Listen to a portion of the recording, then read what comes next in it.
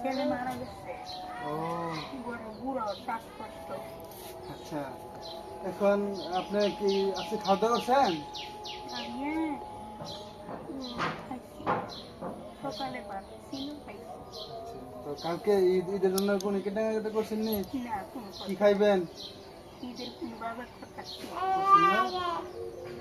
আপনার ছেলে কি করে? ছেলে মারা গেছে। মারা গেছে, আর ছেলে নাই? না, আর বুড়া লোক মাইকেল গেছে বাজারে। তো আমাদের পাড়াতলী ইউনিয়নে একটা সংগঠন আছে, সামাজিক সংগঠন প্রবাসী কল্যাণ ফাউন্ডেশন। আর আগেও আপনাদেরকে আমরা বিতরণ করছি। এটা তো এই গ্রামের নাম কি, বুচ্চু গ্রাম বলে নাকি? বুচ্চু গ্রাম। এখন আমরা সবসময় আমরা বিতরণ করি, মানুষদেরকে সহায়তা করি। তো এবার ইনশাল্লাহ আমরা আসছি আর কি, মানে মোটামুটি পুরো পাড়াতলী ইউনিয়নে আমরা বিতরণ করতেছি যারা একবারে নিম্ন গরিব মানুষ।